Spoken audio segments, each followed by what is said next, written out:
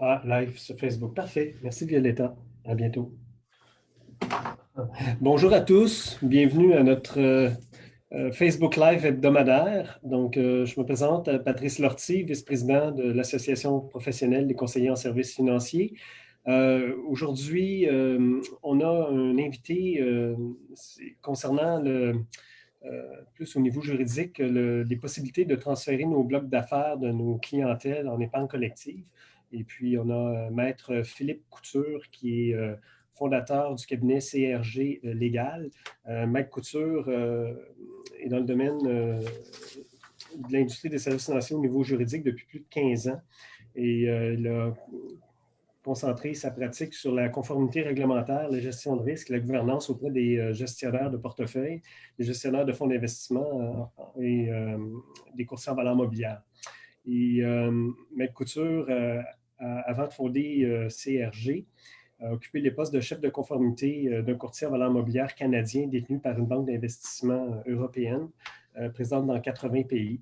Donc, il a aussi été occupé divers postes auprès de l'Autorité des marchés financiers, au sein de laquelle il a plutôt été dans les occupations de surintendance des marchés de valeurs et la direction générale, ainsi que le contrôle des marchés et des affaires juridiques.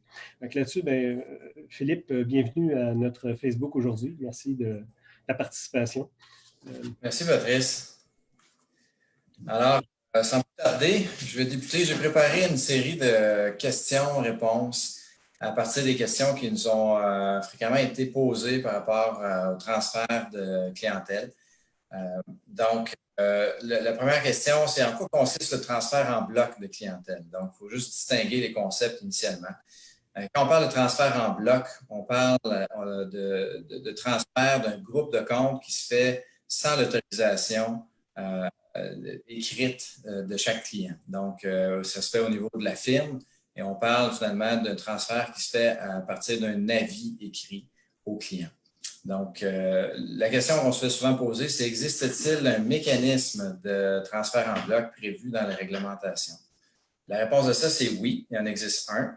Il est prévu à un article 14.11 de 3103. J'en ferai pas la lecture maintenant, c'est un petit peu technique, quoi, qui est très court.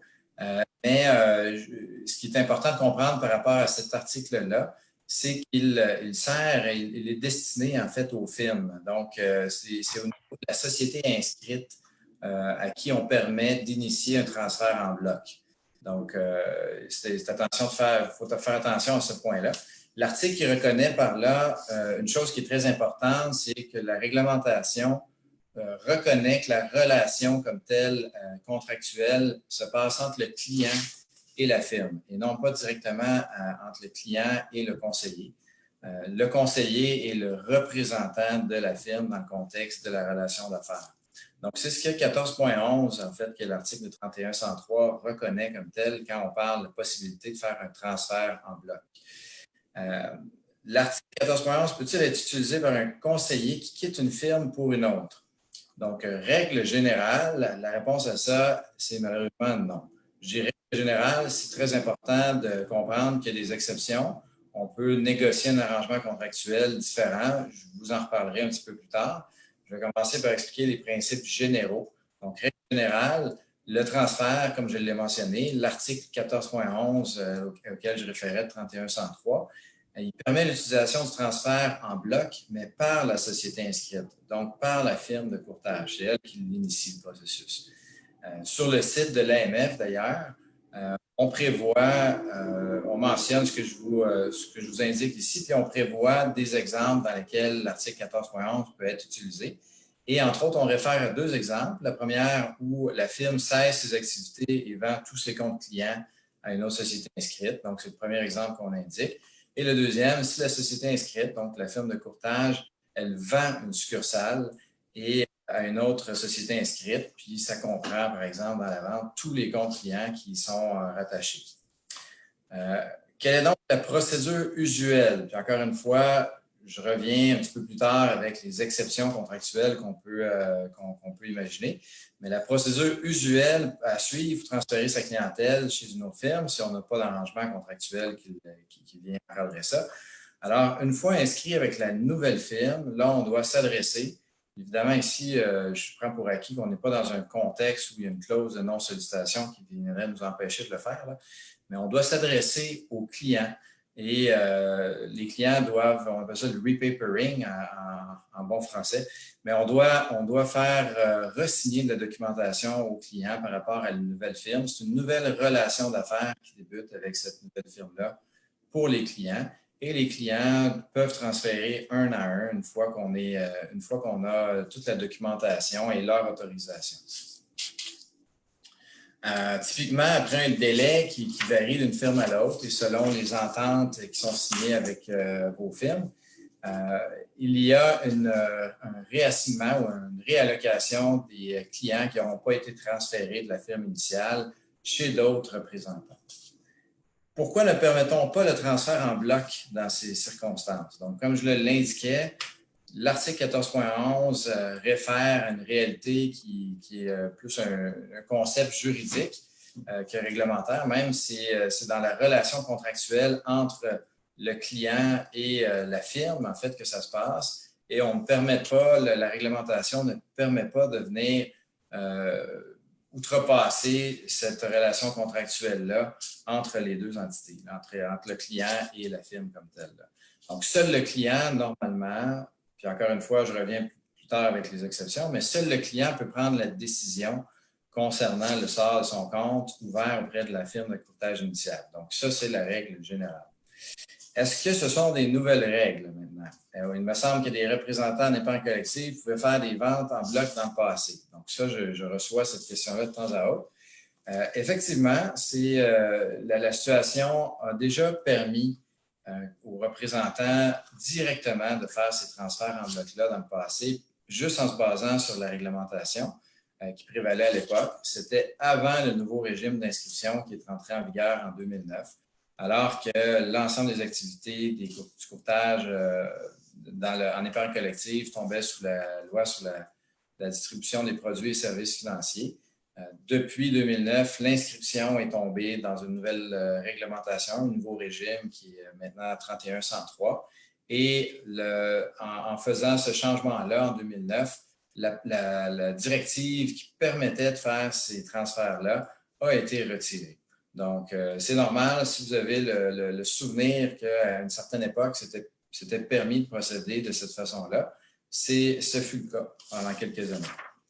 Y a-t-il des exceptions à la règle? Donc, ça, c'est la question la plus intéressante, je pense, du point de vue conseiller. La réponse est oui.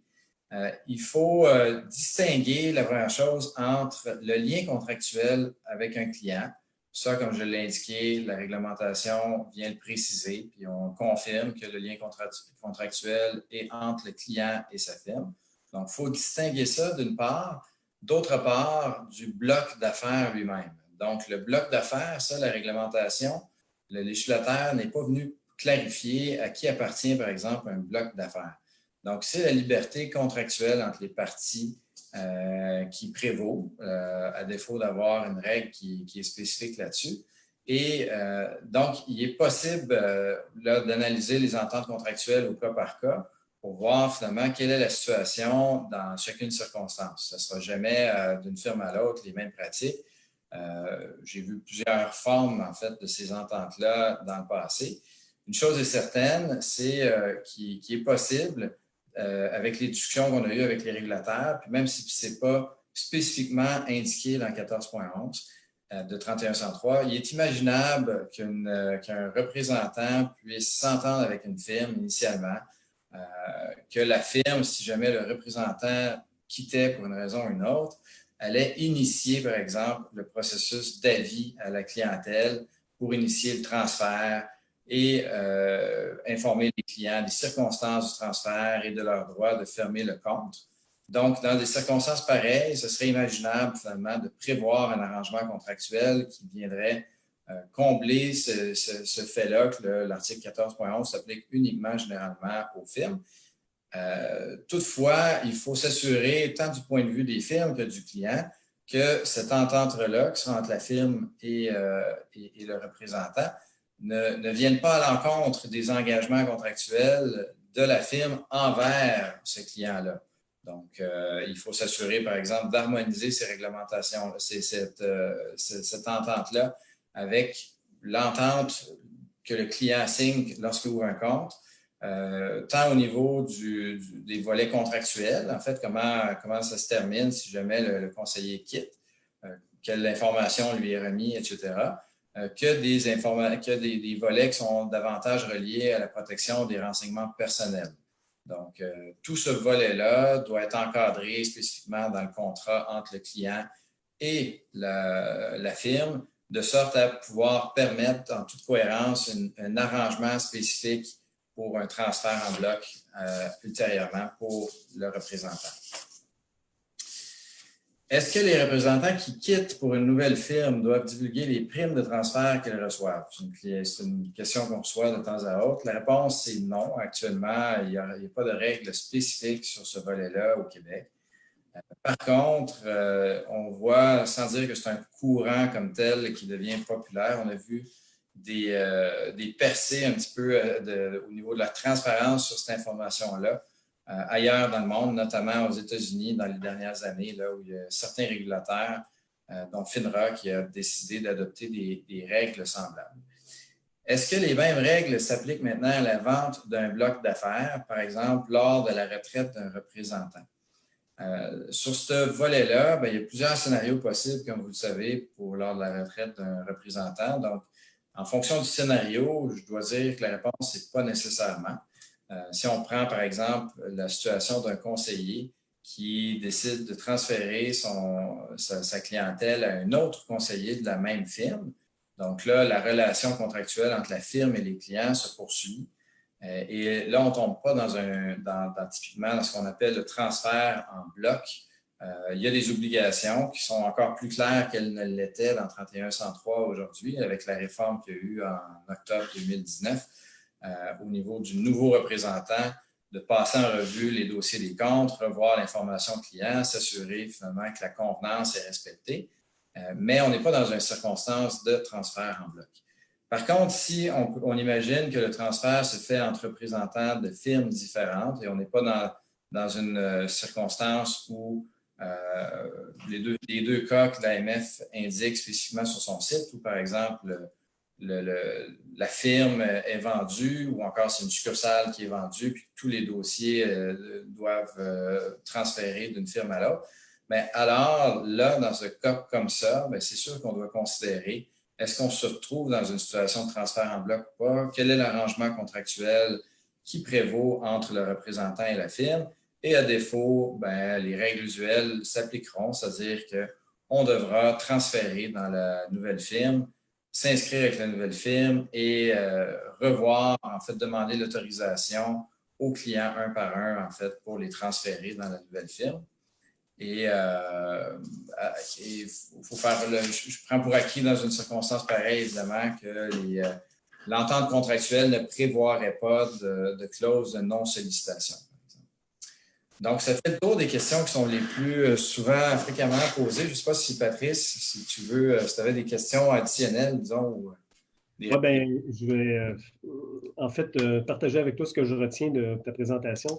Si je comprends bien, dans le fond, c'est que si on a une entente, un contrat, soit de gré à gré avec une firme de courtage en épargne collective en tant que représentant, dans lequel on prévoit l'opportunité pour nous de pouvoir transférer notre clientèle en bloc. Donc, si je comprends bien, c'est que le contrat va prévaloir. Donc, ce serait le Code civil qui va prévaloir face à la réglementation. Oui, c'est-à-dire, je suis d'accord avec l'idée. La distinction, c'est le Code civil est un droit supplétif. Donc, il vient s'appliquer lorsqu'il n'y a pas une règle spécifique dans la réglementation qui vise déjà ce sujet-là, pour la plupart des articles du Code civil. Dans ce cas-ci, pour ce qui est du bloc d'affaires comme tel, c'est le cas. Comme il n'y a pas de règles spécifiques qui visent le bloc d'affaires dans la réglementation, alors c'est la liberté contractuelle qui prévaut là-dessus. Et il n'y a rien qui empêcherait un représentant et une firme de s'entendre sur un volet contractuel qui initierait un transfert en bloc lors du passage d'un conseiller ou d'un représentant d'une firme à l'autre. dans la mesure où cette entente-là qui serait faite dans cette hypothèse-là entre la firme et le conseiller est cohérente entre les obligations contractuelles que ces deux entités-là, le conseiller et la firme, ont envers le client par les relations contractuelles et les devoirs de bonne foi qu'ils ont envers les clients. Ce qui m'amène à faire la distinction, comme tu sais, en épargne collective, on peut avoir détenir des comptes au nom du client avec des firmes de fonds d'investissement directement, ou on peut aussi des comptes autogérés avec la firme de courtage avec laquelle on fait affaire. Évidemment, dans le cas où c'est des comptes qui sont enregistrés, il y a un fiduciaire qui est mentionné sur ces ouvertures de comptes-là. Donc là, tu donnais l'exemple de quelqu'un qui pense à la retraite, qui vend son bloc d'affaires à un représentant d'une autre firme, d'un autre cabinet, en présumant que c'est des comptes autogérés. Je ne pense pas à ce moment-là, ça va prendre des ouvertures de comptes si on change le fiduciaire ou il y a des façons de... On parle aussi de la distinction entre les comptes en nominee puis en... c'est une bonne question. C'est une bonne question à laquelle je pourrais probablement revenir suivant la rencontre. Okay.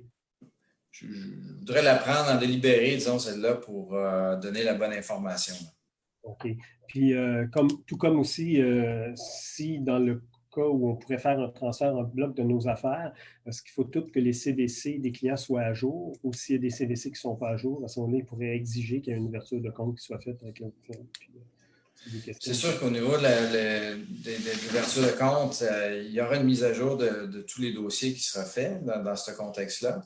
Donc, au niveau du transfert, plus les dossiers sont à jour, plus je pense que ça facilite à ce niveau-là. Mais il y a une ouverture de compte qui doit être faite chez la firme, chez qui il y a une nouvelle relation d'affaires qui va se tisser dans la nouvelle firme, peu importe la façon où on transfère les clients. OK. Je ne sais pas s'il y a d'autres questions que je devrais te poser ou que je n'aurais pas pensé. On a fait quand même un bon survol de la situation là, depuis 2009. Là, effectivement, pour ceux qui étaient décalés, on a eu plusieurs années où c'était toléré ou accepté avec des ententes entre les cabinets de recevoir des blocs d'affaires suite à l'envoi d'une lettre à tous les clients. Si les clients ne répondaient pas, c'est qu'ils acceptaient incidemment que leur compte soit suivi. Bien, Philippe, merci beaucoup pour ta présentation aujourd'hui. Grand plaisir. Content de pouvoir compter sur ta collaboration avec nous, qui est une nouvelle collaboration avec la PCSF. On a beaucoup de sujets à couvrir dans les mois et les années qui viennent, puis on ose croire qu'on va pouvoir compter sur toi là, sur ces différents sujets-là. Bon, bien, avec grand plaisir. Puis, pour les questions que nos auditeurs aujourd'hui pourraient avoir, je vous invite à nous les adresser à info@apcsf.ca. Et puis, je vous invite aussi de nouveau à aller voir notre site concernant nos dernières nouvelles. Dans la section nouvelles, vous avez les différentes démarches qu'on a faites dans les derniers mois. Puis, je rappelle qu'on a toujours une pétition qui est en circulation pour vous manifester auprès des choix des modes de rémunération des conseillers. Donc, vous pouvez toujours aller voir notre site à cet effet-là. Philippe, à nouveau, merci beaucoup. Je vous souhaite une bonne semaine à tous, un joyeux déconfinement partiel. Bonne journée à tous. Salut.